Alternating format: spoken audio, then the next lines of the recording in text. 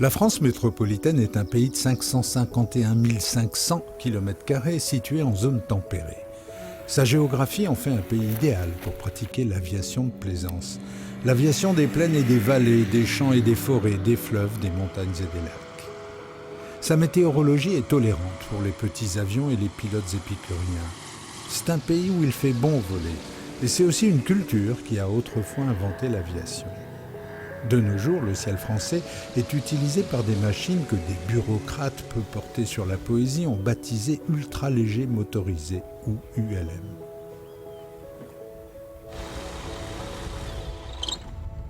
Voler est un acte très français, voire gaulois, même si les Gaulois avaient peur que le ciel leur tombe sur la tête. Et comme disait quelqu'un, pour voler, il faut du ciel et aussi des bases, ici appelées bases ULM. Celle-ci, située au cœur du sud-ouest, près du bourg ancien de Montpezat, porte le nom de Syntex. C'est la plus belle base ULM d'Europe et on y pratique la totalité des disciplines de l'aviation de plaisance, de l'initiation jusqu'au niveau le plus élevé du pilotage professionnel des ULM. On peut s'y installer comme dans un monastère du pilotage, on peut y prendre une chambre, on peut s'y alimenter façon sud-ouest et voler jusqu'à plus soif. La base Saint-Exupéry de Montpezat est dirigée par l'homme en chemise blanche, Philippe Boucherat, pilote, instructeur et qui fait partie de ceux qui, dans les années 70-80, ont aidé à naître le mouvement ULM français et la fédération qui le gère, la FF Plume. La base Saint-Exupéry, c'est la carte multipass de l'ULM. On peut y acheter ou louer des machines, les faire entretenir, apprendre à piloter, se perfectionner, devenir instructeur. Mais d'abord, définissons ce mouvement. Il y a environ 3500 avions dans les aéroclubs. Il y a 13 000 ULM pour 15 000 licenciés. Bon, la messe est dite, c'est clair, hein. C'est une fédération de propriétaires. Et c'est ce qui en fait son identité. Il y a en gros combien d'aérodromes en France qui pratiquent de l'aviation traditionnelle légère? À peu près 500, mais il y a combien de plateformes ULM en France? Alors, il y a environ 800 plateformes ULM en France, sans compter les aérodromes. Il est vraiment difficile de connaître le nombre exact. Beaucoup de propriétaires ayant leur propre petit terrain, qu'ils utilisent à titre occasionnel, puisque c'est un avantage de l'ULM. On a une ouverture illimitée de plateformes en France grâce à cette législation ULM pure et dure. D'un côté, on a des chiffres qui montrent qu'il y a plus d'ULM qu'il y a d'avions. Il y a pour l'instant plus de pilotes d'avions que de pilotes d'ULM répertoriés. Mais d'un autre côté, les proportions sont en train de s'inverser. On est en train de voir une émergence de l'ULM. Et l'ULM est peut-être non pas en train d'enterrer l'aviation traditionnelle, mais en train de la remplacer dans une grande mesure. Oui, j'irai pas jusque-là, parce que bon, on a quand même une identité dans l'aviation générale qui va perdurer, je l'espère aussi. Mais c'est vrai que pour des raisons économiques, pour des raisons de liberté, pour des tas de raisons aussi de propriété, l'ULM est en train de prendre un petit peu le dessus aujourd'hui, et c'est vrai qu'elle est en évolution positive, alors que l'aviation générale aujourd'hui est malheureusement en évolution négative.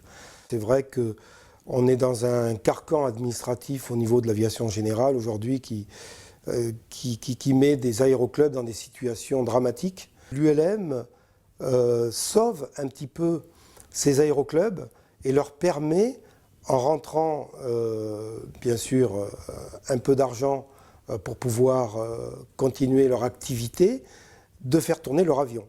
On a déjà pas mal de cas où l'ULM fait vivre l'aviation générale. Ce qui est intéressant, c'est que de plus en plus d'aéroclubs le comprennent. L'ULM n'est pas seulement une autre façon de pratiquer l'aviation de plaisance. À bord de ces petites machines, par beau temps, le moindre vol devient une découverte. Voler, c'est se séparer du temps présent pour entrer dans un univers suspendu entre un décollage et un atterrissage. Chaque vol devient une sorte de petite vie. C'est une quasi-philosophie en grande partie mise en place par un homme, Dominique Méreuse, pilote, président de la fédération FF Plume, est malheureusement récemment disparu. Pour Meyreuse, l'important était que voler permet de rechercher une certaine forme de bonheur. Un bonheur complexe, mélange de technique, d'aventure, de dépassement de soi, de maîtrise, de découverte.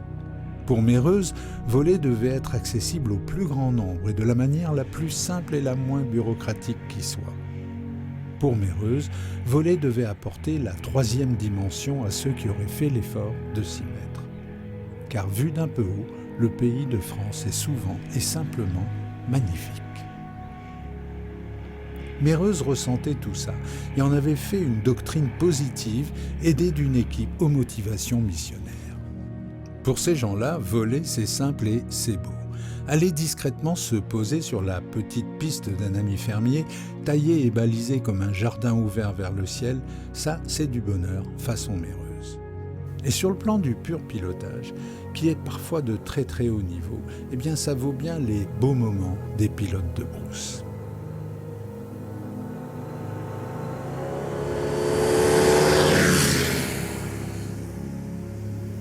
En ULM, la machine est secondaire par rapport à l'humain qui la fait voler.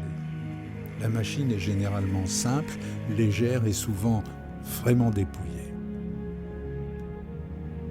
Le dépouillement et la simplicité peuvent devenir élégance. Et si les grands génies de l'architecture du XXe siècle revenaient, les Wright, Le Corbusier ou Mallet Stevens, ils se reconnaîtraient dans ces petites machines volantes si efficaces.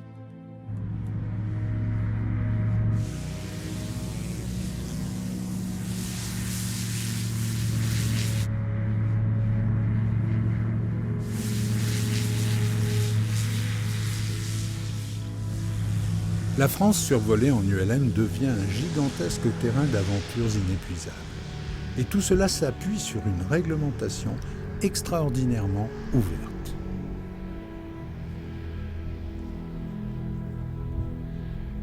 Pour définir très rapidement l'ULM c'est de l'aviation de plaisance, avec 2 personnes à bord au maximum, sur des machines qui sont théoriquement très simple d'emploi, très simple de maintenance, et pour des pilotes où l'accès à la position de pilote commandant de bord est également simplifié, par exemple vis-à-vis de la visite médicale. Oui. Alors, bon, quand on dit les pilotes avions viennent à l'ULM parce que, à cause du médical, c'est faux. Il y a une très faible proportion de ce côté-là qui migre vers l'ULM, mais ce n'est pas du tout la raison. C'est pas du tout la raison. La raison numéro 1, c'est la possibilité d'avoir une liberté incroyable et de ne plus, effectivement, comme tu le disais tout à l'heure, Bernard, de ne pas rentrer dans ce carcan administratif qui aujourd'hui excède un petit peu tout le monde, quoi. C'est vrai. Les premiers ULM pendulaires sont apparus en France en 1974, rapidement suivis des premiers 3 axes qui ne sont jamais que des avions très légers.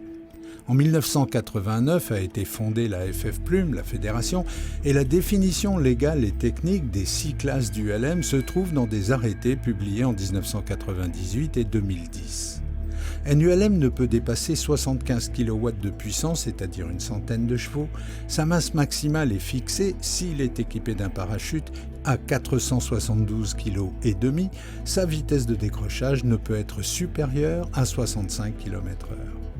On peut être breveté pilote d'ULM à partir de 15 ans après avoir passé une épreuve d'État qui est composée de 40 questions et après avoir été formé en pratique par un instructeur qualifié. C'est un système simple et efficace. L'État, à travers la direction de l'aviation civile, délivre un brevet et la formation est assurée par un personnage autour duquel gravite l'existence même de toute l'activité, l'instructeur. Ce jour-là, Bernard venait de terminer sa formation d'instructeur. Avant, Bernard était un virtuose de la mécanique des fluides. Comment passe-t-on de la mécanique des fluides au rôle d'instructeur de pilotage ?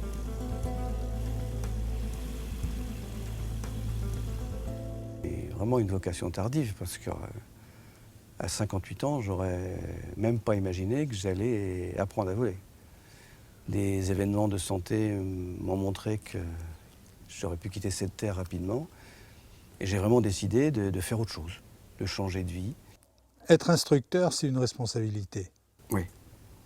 On a l'impression qu'on entre quand même dans une démarche qui est une démarche quand même sérieuse, même si, après tout, on fait ça pour le plaisir et pour s'amuser. Mais c'est sérieux de se faire plaisir.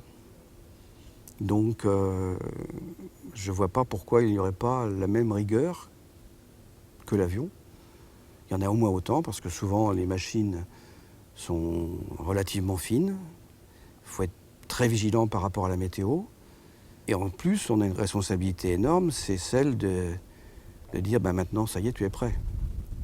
Donc, au début, j'avais imaginé, moi, que ça se cantonnait à bien travailler moi, à avoir des belles leçons, à avoir...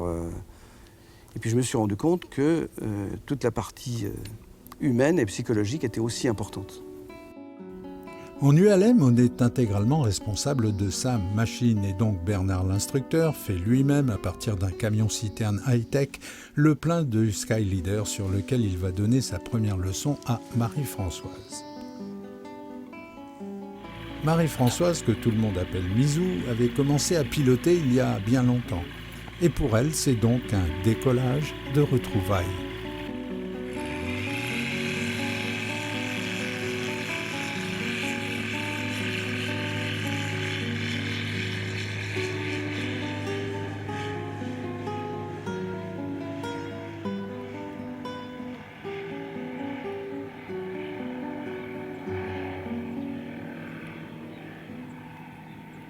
Isabelle, qui vient du pendulaire, est avec Philippe en début de formation au pilotage des multi-axes. On va commencer par un virage très simple, un virage école à 30 degrés d'inclinaison, donc faible inclinaison, et donc en utilisant bien sûr les actions du manche et des pieds éventuellement. On va faire des virages en 360 degrés par la gauche, pour pouvoir maîtriser, avoir le temps de maîtriser son inclinaison et son assiette. Le paramètre le plus important, c'est la sécurité. Ça, je veux te voir tourner la tête à chaque fois que l'on va mettre le manche pour s'incliner. Tu vas mettre ce point-là, le bout de la latte, de la première latte, sur la ligne d'horizon. D'accord ? Ça va être donc comme ça, et ça sera ton repère à 30 degrés sur la gauche. En ULM, c'est simple et rapide. Du cours théorique à la mise en pratique, il ne se passe que quelques minutes.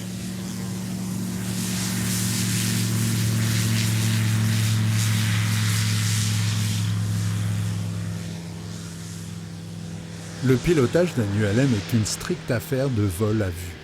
Les instruments de bord ne sont là que pour apporter quelques données techniques et basiques. La trajectoire se construit en regardant au dehors, en choisissant une route et en utilisant les commandes pour la matérialiser. C'est aussi simple finalement que de conduire une auto ou une moto. Mais là où ça change, c'est qu'on fonctionne en 3 dimensions.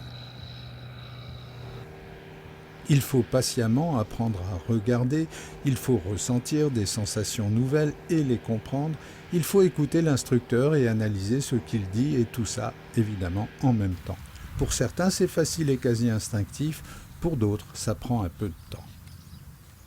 Dans le monde de l'ULM existent des personnages qui pourraient aider au casting de certains space opéras hollywoodiens. Sur cette base, André est instructeur et responsable de la formation. Il instruit sur multi-axes, sur lesquels il forme aussi des instructeurs et des futurs pilotes professionnels du LM. André a son style posé et précis. Pas un mot plus haut que l'autre, d'autant que les mots sont rares.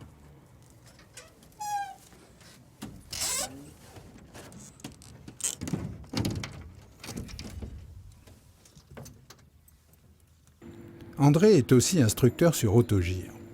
L'autogire est un concept intrigant. Ça ressemble à un hélicoptère et ça n'en est pas un. C'est un peu un avion et ça n'en est pas un. C'est même un peu une sorte d'ULM pendulaire puisque l'aile est articulée au-dessus de la nacelle et ça n'en est pas un. L'autogire est en train de connaître une sorte d'explosion dans le monde ULM. Le savoir ferait certainement bien plaisir à Juan de la Cierva, l'Espagnol qui inventa avec succès le concept de l'autogire dans les années 20. C'est-à-dire que si on coupe le moteur... Et Isabelle, qui veut aussi apprendre à piloter des autogires, découvre avec André cette étrange et fascinante machine volante. Une nacelle qui évoque un peu celle d'un pendulaire avec son moteur propulsif, surmonté d'un mât au sommet duquel tourne en roue libre l'aile de l'engin, le rotor. Une petite inspection visuelle, il n'y a rien qui... C'est un peu comme sur un hélico, sauf que le rotor n'est pas entraîné par le moteur, mais par le vent relatif créé par le déplacement même de l'autogire. Ça se pilote un peu comme un avion, puisque la sustentation naît de la vitesse, mais aussi un peu comme un hélico. C'est totalement fascinant, avec une maniabilité étonnante, une indifférence superbe aux turbulences et en plus un certain parfum de Mad Max.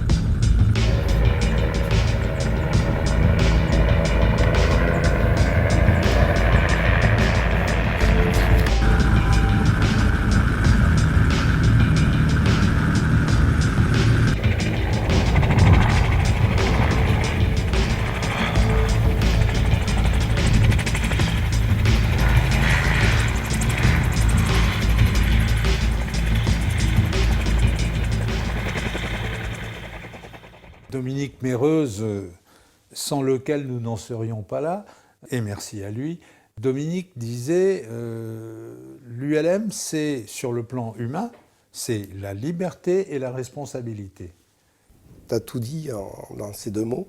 Nous devons être responsables et c'est un petit peu ce que l'on peut reprocher à l'aviation générale, où ils ont tendance à se reposer sur des organismes de contrôle, de ci, de ça.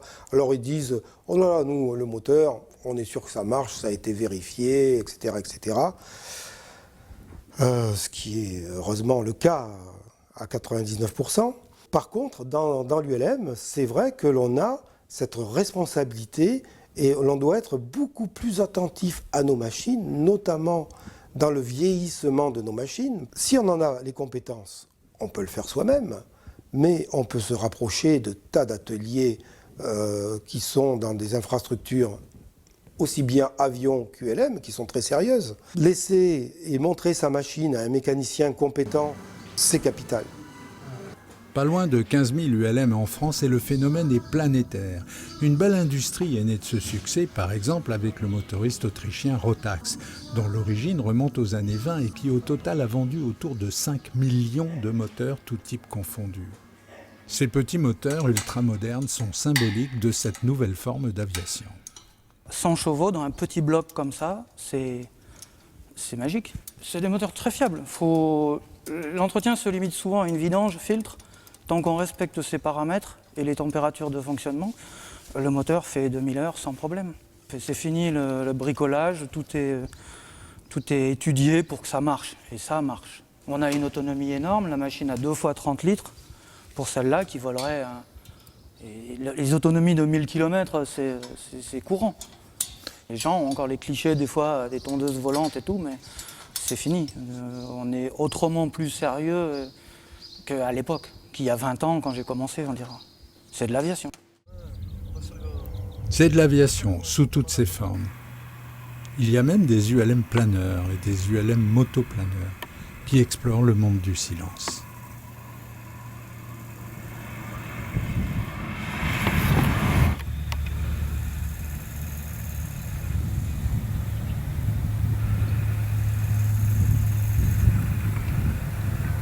L'ULM est une discipline jeune, hein, et elle a beaucoup encore à...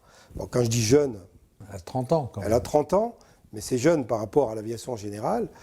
À une certaine époque où l'ULM était que des morceaux de tubes, de toile, etc., avec des petits moteurs, Aujourd'hui, on arrive à avoir des machines qui sont optimisées et qui demandent une attention plus particulière au niveau de la maintenance. Dans les ULM, aujourd'hui, il y a des avions, appelons-les comme ça. Il y a les traditionnels, ce que beaucoup de gens ont tendance à considérer comme étant l'ULM de base basique et symbolique, c'est-à-dire le pendulaire. Il y a désormais, il y a de plus en plus, et on va en parler, d'autogires. Il y a des hélicoptères désormais en ULM, il y a des planeurs en ULM. Donc pratiquement toutes les catégories de machines volantes existent en version ULM. L'ULM du départ, lorsqu'on a mis en place, lorsque l'administration a mis en place ces arrêtés, elle n'aurait jamais pensé, il y a 30 ans, voir venir ce que l'on a aujourd'hui avec ces 6 classes et ces différentes machines. Jamais on n'aurait imaginé ça. Moi, le premier. C'est quasiment une révolution. Moi, le premier. Ces produits. Et c'est vrai que c'est l'évolution. Hein, et puis c'est fabuleux et c'est merveilleux, je dirais, parce que ça fait avancer la technologie. Il y a désormais des ULM avec des tableaux de bord d'Airbus, mais aussi des engins absolument dépouillés. Nombre d'ULM sont équipés d'un parachute de secours, luxe quasiment inconnu en aviation traditionnelle à de rares exceptions près. La consommation d'un ULM de voyage performant est de l'ordre de 6 litres au 100 km, mais la vraie valeur de cette forme d'aviation est de rester fascinante.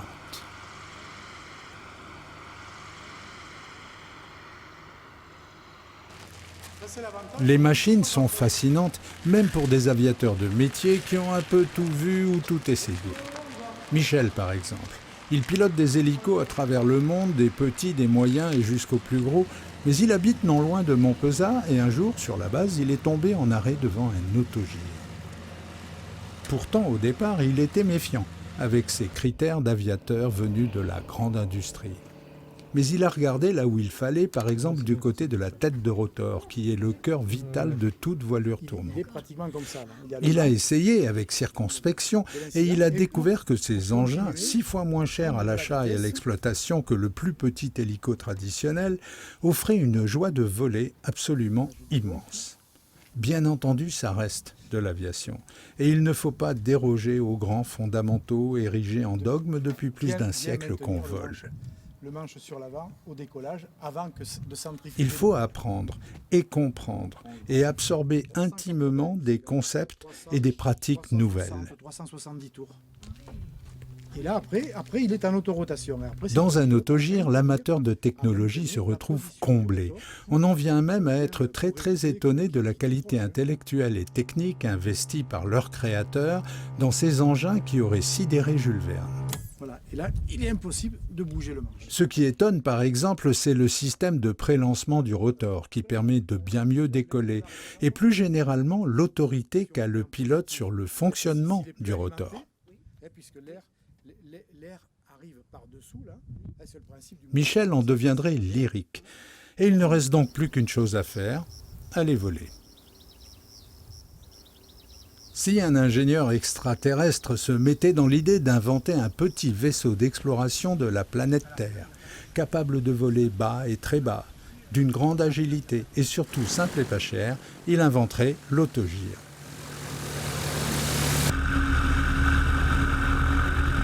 Allez, parez au lancement.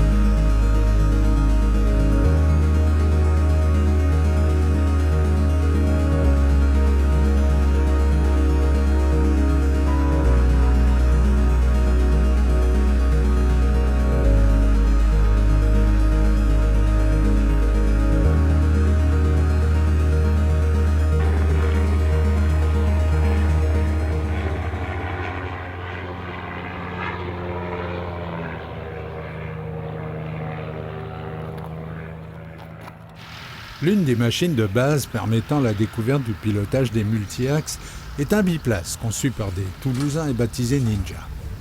Des centaines de ces machines volent de par le monde et ont formé des dizaines de milliers de pilotes. Sur la base près de Montpezat passent donc des aviateurs de tous horizons.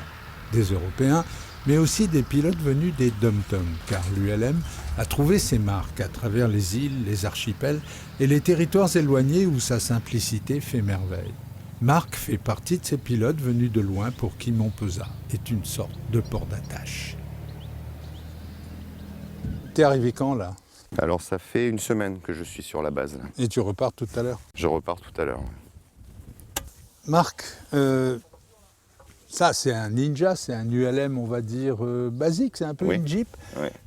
Et toi tu es un pilote d'ULM qui justement a besoin de machines relativement basiques parce que tu voles où? Tu voles dans quelles conditions? Moi je vole en Guyane française et c'est vrai que du coup on a besoin de machines qui peuvent se poser court, assez solides, faciles à piloter.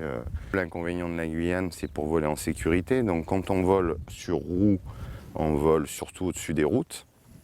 Après, on a un gros avantage, c'est qu'on a beaucoup de rivières, beaucoup de lacs, de marécages. Donc du coup, on transforme les machines en amphibies ou sur flotteurs. Et du coup, on peut voler un petit peu de partout en toute sécurité. Ton idée est à partir de machines un peu dans le genre de celle-là, de développer un produit touristique Voilà. d'exploration, on va dire. Pour les pilotes avions et ULM, donc les pilotes avions ont juste à passer une équivalence pour pouvoir piloter un ULM et remonter le fleuve frontière entre le Suriname, qui fait 350 km de long, où on survole la forêt amazonienne, on s'arrête dans des villages amérindiens et en même temps il y a des structures confortables qui permettent le soir de dormir dans de bonnes conditions. Et donc tu es venu à l'ULM aussi un peu par philosophie, non? Oui, alors après ce que j'aime beaucoup dans l'ULM c'est qu'on vole, on apprend à voler en sécurité. C'est-à-dire quand on pilote un avion, souvent on croit que l'avion ne va jamais tomber en panne. On fait des approches au moteur, tandis que l'ULM, c'est une autre philosophie, c'est qu'on imagine toujours que la machine va tomber en panne. Donc on apprend à voler en toute sécurité, et si même aujourd'hui je revole en avion, j'aurai toujours cette philosophie de me dire « Ah, là je suis pas, faut que je sois à telle hauteur » ou je me pose sans le moteur. Quand on survole un environnement aussi délicat, voire même franchement hostile à certains moments que la Guyane, le nord de la Guyane, est-ce qu'il n'y a pas des gens qui ont quand même une certaine réticence à voler dans des machines a priori relativement légères, fragiles et délicates? Alors, le gros avantage, c'est pour ça. Alors, en fait, au niveau sécurité, on met les machines sur flotteur. Par exemple, quand on remonte le fleuve Maroni, où c'est aussi, j'aimerais proposer la frontière du Brésil, le fleuve Oyapock, c'est comme si on suivait une piste de 300 km. La moindre panne, le moindre problème, on se pose tout de suite. Marc est donc venu passer ici ce qu'on appelle des DNC, des déclarations de niveau de compétence. Voilà, prêt à voler.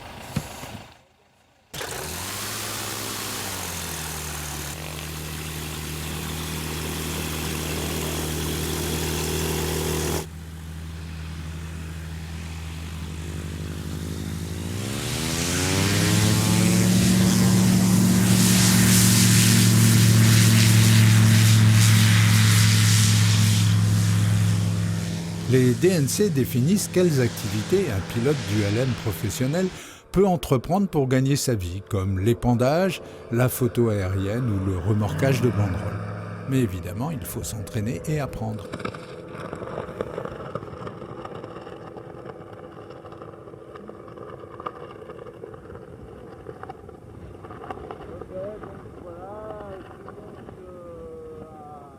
Alors parlons maintenant de ce qui fâche.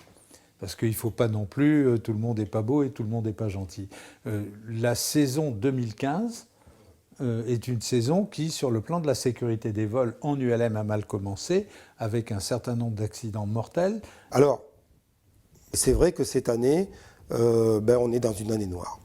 Donc, pour préciser les choses, on en est dans les 2 premiers mois de l'été 2015, on en est à une quinzaine de morts. On n'était pas habitué à avoir une accidentologie aussi importante. On n'a pas toujours les réponses à tout.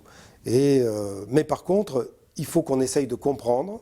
Il faut qu'on essaye de comprendre ce qui se passe. Et s'il y a quelque chose, et il y a certainement quelque chose à faire de ce côté-là, notre fédération doit être interpellée à ce niveau-là pour pouvoir diminuer ce début d'année qui est assez désastreux. S'il y a des accidents et qu'ils sont en majorité imputables à du comportement humain, il y aurait une tendance naturelle et facile qui consiste à enfoncer les portes ouvertes et à dire on va réglementer.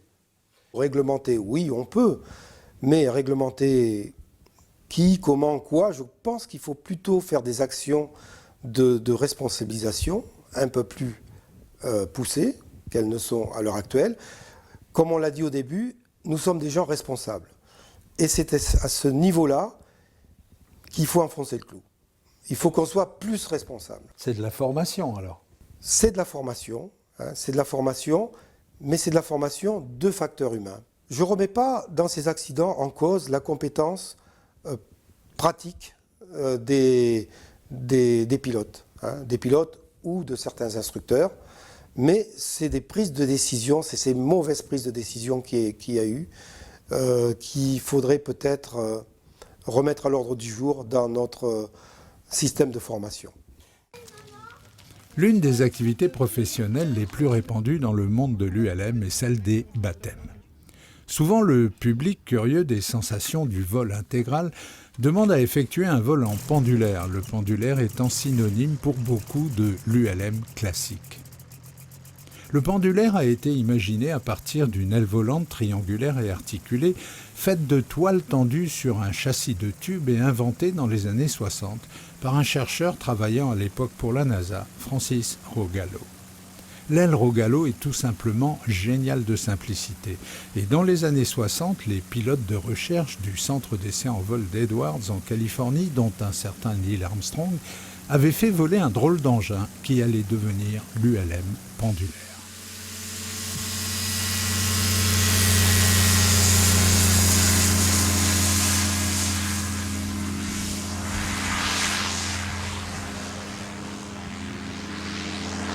Longtemps après Neil Armstrong, une Bretonne aventureuse nommée Isabelle s'est essayée à voler en pendulaire et très rapidement, elle s'est retrouvée contaminée par le virus du vol. Ça a été au départ le pendulaire, c'est ce qui m'attirait le plus.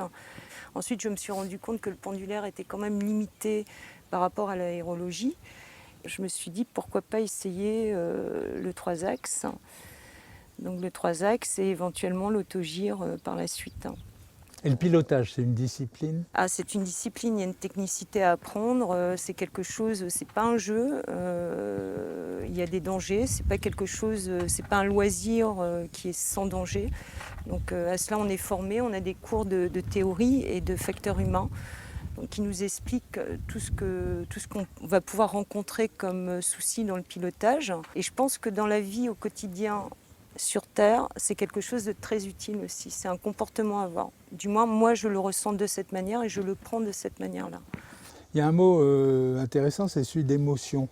Il y a des gens qui volent parce que c'est utile, il y a des gens qui volent parce que c'est un métier, il y a des gens qui volent pour des tas de raisons, et il y a des gens qui volent pour les émotions que procure le fait de... Le fait de voler, ouais. Je crois que la plupart, effectivement, des gens qui sont ici le font pour le plaisir, pour l'émotion qu'on y prend et surtout l'émotion qu'on peut communiquer par la suite quand vous obtenez votre remport passager. Le fait, je pense que le plus important, parce que voler seul, ok, c'est génial, beaucoup d'émotions, mais je pense que le principal pour moi et pour la plupart des gens qui sont ici, c'est de pouvoir le partager avec quelqu'un d'autre. Et ça, c'est un merveilleux cadeau, finalement, de voir la personne qui redescend, d'avoir plein d'étoiles dans les yeux, le sourire jusqu'ici. C'est une belle récompense pour le pilote. Voler, ça rend heureux ? Ah oui, ça rend vraiment, vraiment heureux, ouais. Si c'était à refaire ? Ah, je le referais, sans hésitation. Sans hésitation, aucune. Que du bonheur.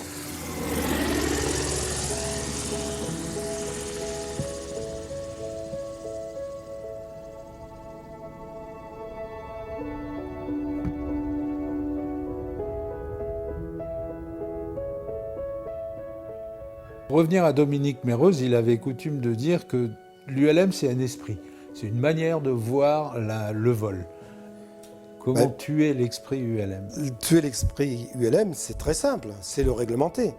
C'est tout ce que Dominique a combattu pendant tout au long de son mandat, qui a été merveilleux, ces différents mandats, et qui devrait perdurer parce que cet esprit, il y est, il est là.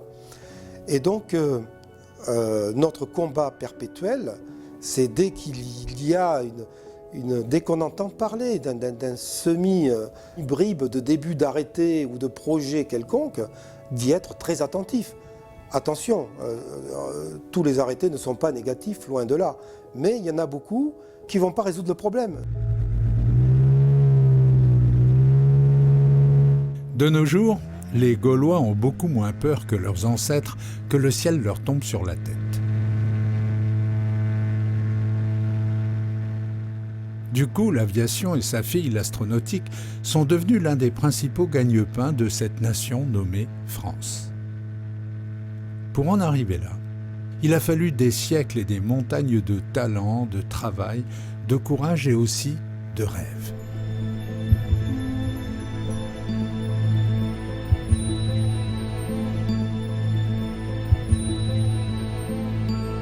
Toute réalisation importante commence par un rêve, un désir, une envie irrépressible. Le rêve est ce qui baigne le petit monde des aviateurs de la petite aviation, des champs et des forêts.